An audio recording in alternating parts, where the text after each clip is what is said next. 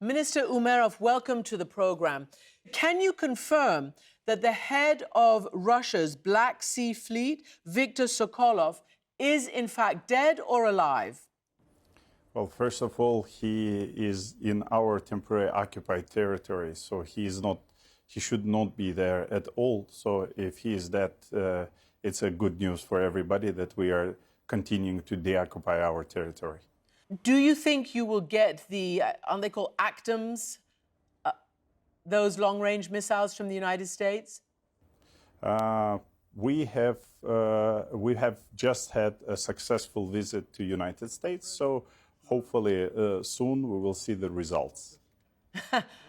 I'm trying to understand from you whether Ukraine is entering a new phase of not just depending on your friends for weapons and ammunition, but are you planning, as I've read, a big, build-up of your own in terms of manufacturing, of ammunition, weapon systems, and the like? I will just to explain you the logic behind. As Russia always alleges us as a failed state and always alleges us in corruption, we want to say to our partners that we are very transparent and we're going to make the procurement, contract management, logistics very transparent. And we're going to supply all these weapons imported to our countries by either by buying them directly or through the foreign military aid, but we're also going to localize all the production. Don't want to go to details, but this is a supply chain management risk assessment that we need to localize as much as we can so that we'll have sufficient facilities to have the weapons we need for the occupation of our territories. You said once that everything that can be produced locally must be produced locally. My focus is that, of course, the Minister of Defense should be supplying its defense forces with whatever they need to regain territory and to defend their people. But at the same time, I have focused to what President Zelensky have said, that we need to have the local production so that we could have more workforce and they would be focused onto the defense technologies. And after we win the war, we would be one of the largest defense tech countries. So at this stage, my priority is to localize everything that what could be localized, to have a local production on anything that our forces need. Can I ask you a little bit about strategy? A lot has been reported about your own, your own origins. You are Tatar from Crimea. This is your homeland. And as you know, and as we've reported, quite a lot of Ukrainian effort has gone into, striking and targeting Russian facilities in occupied Crimea, annexed Crimea. How important is that for you personally and for the counteroffensive? I'm Ukrainian of Crimean Tatar origin. And of course, as a person who was born in exile, in deportation, and have felt the hardship myself, being a refugee or internally displaced person, of course, I feel heartbroken that for almost 10 years I'm away from my homeland. So, and we have many people that are now living as internally displaced persons from the occupied territory. So it is a personal, of course, focus for me to deoccupy all the territory so that our IDPs become not IDPs, but normal citizens so that we can live our own life. So as a Minister of Defense, of course, I'm focused to our strategy of victory.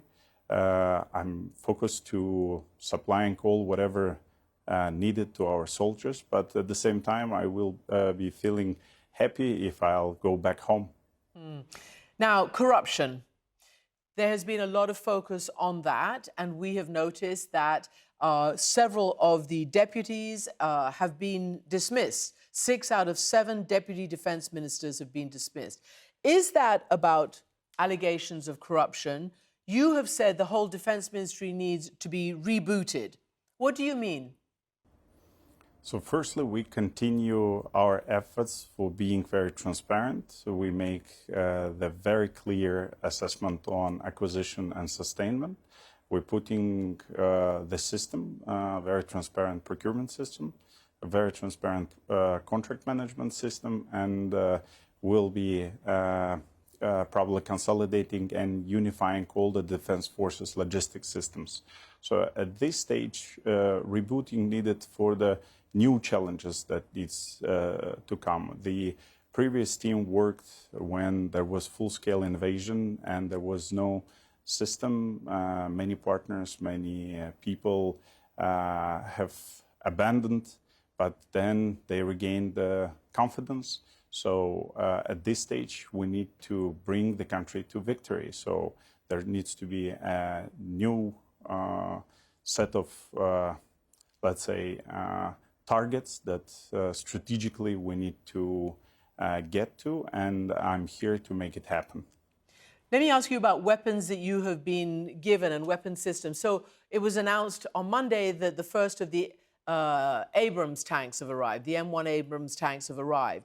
Now, I remember interviewing your predecessor, Minister Reznikov, in January when it was announced that they would be coming. That's practically 10 months ago for all intents and purposes.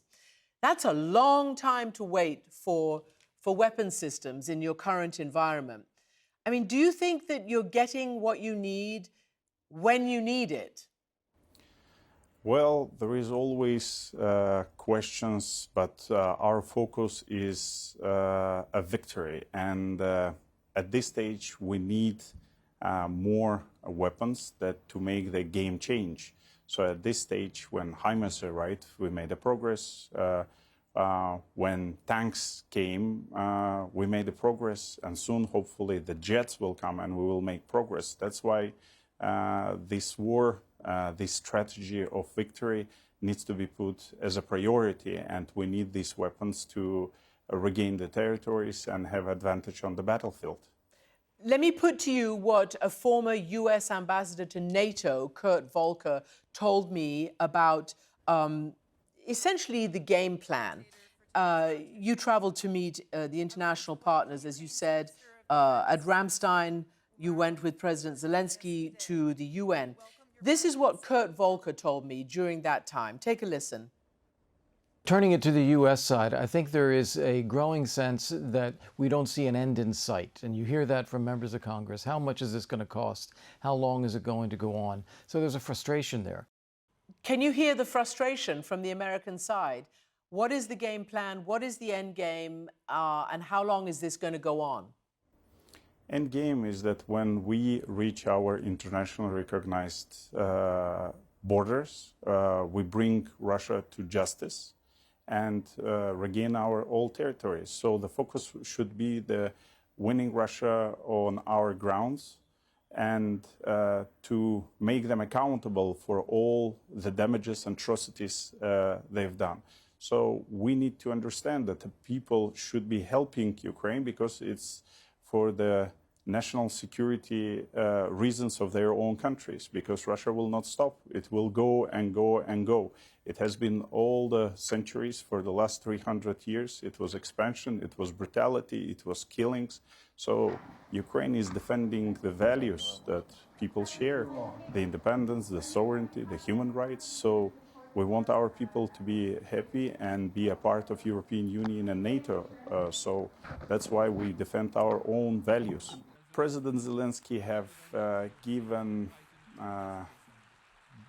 the world-class, I would say, the example of resistance, and it gives big hope to people, an example of courage, an example of retaliation and resistance. So these values are shared by most of our peoples and with most of our partners. So this war should end only with one conditions: when we regain all of our territories and we regain and free people. Why? Because, as I said, Russia should be taken accountable for what it goes to the world order, and that's probably the answer when it will finish. But our focus and priority is to finish this war as soon as possible with victory and make them accountable for what they did.